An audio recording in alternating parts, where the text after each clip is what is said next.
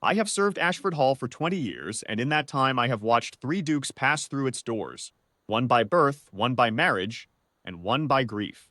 The last is the hardest kind. The last leaves the chandeliers burning over empty rooms, and the piano unplayed, and a small boy wandering the corridors in his nightshirt, asking questions no steward is equipped to answer. His Grace, the Duke of Ashford, became that third kind of duke in the November of his 38th year, when his wife died of a fever that took her in 4 days. I will not dwell on it. He would not want me to. What I will say is that the man who returned from the churchyard was not the man who had left it. The fire in him went banked. He spoke in orders. He stopped sitting at dinner. He moved through his own house, like a man who had rented it, and was already thinking of leaving. His son Oliver was 5 years old at the burial and 7 by the time Miss Calloway came to us. She arrived in early December, hired as companion to the Dowager Duchess. His Grace's mother, who had taken up permanent residence in the East Wing, and who required, as she put it, someone with sense and no tendency to shriek. Miss Wren Calloway was 26, a widow's daughter from a modest clergyman's house in the north, with plain brown wool and a steady pair of hands and a way of entering a room that made no noise whatsoever. She was not plain.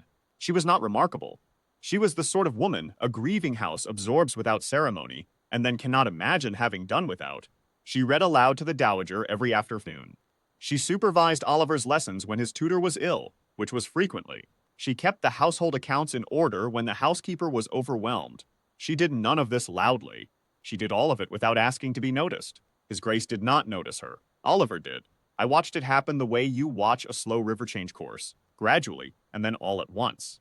The boy had taken to sitting on the bottom stair after supper, in the way that boys do when they want to be near warmth without admitting it, and Miss Calloway had taken to sitting in the chair at the end of the hall with a book, in the way that women do when they are keeping watch without calling it that. They did not speak much. They did not need to.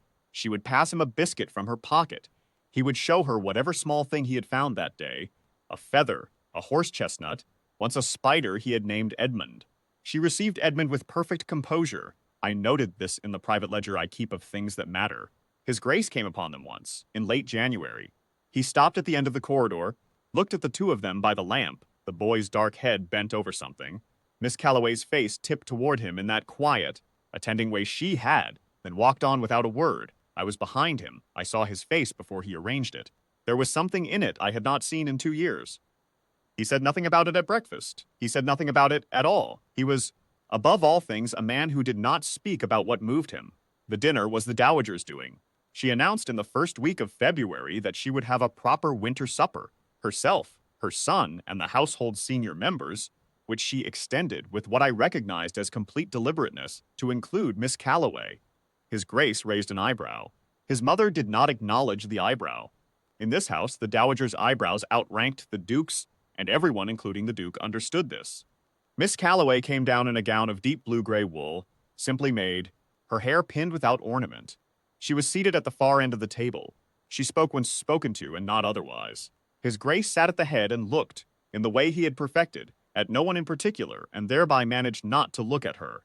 Oliver had been permitted to sit up for the first course as a treat. He sat beside his grandmother with his soup spoon held in both hands and his eyes moving between his father and Miss Calloway with the frank assessment of a general surveying a field. It was during the second course that he spoke.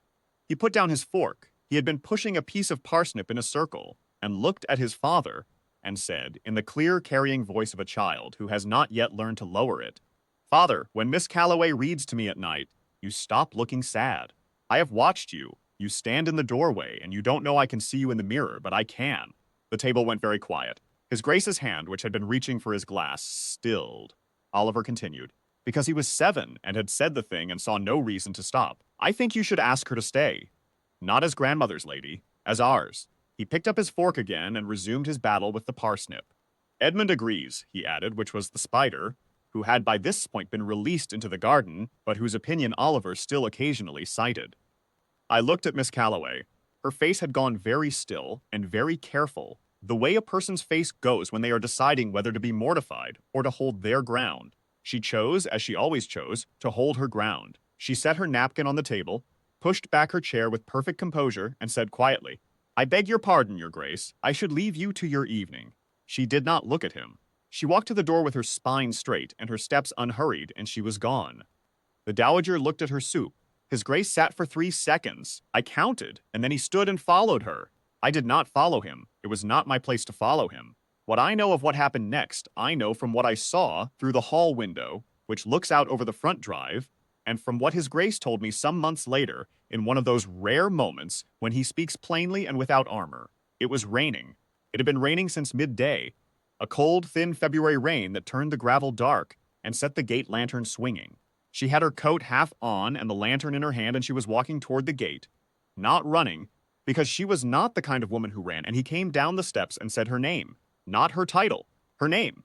She stopped. She did not turn immediately. Then she turned. He stood in the rain without a coat, which I thought was either very romantic or very foolish, and I have since concluded it was both. He said later that he had not planned what to say. He had not planned anything. He had simply found that the distance between the front steps and the gate was the only distance left in him, and he could not hold it any longer.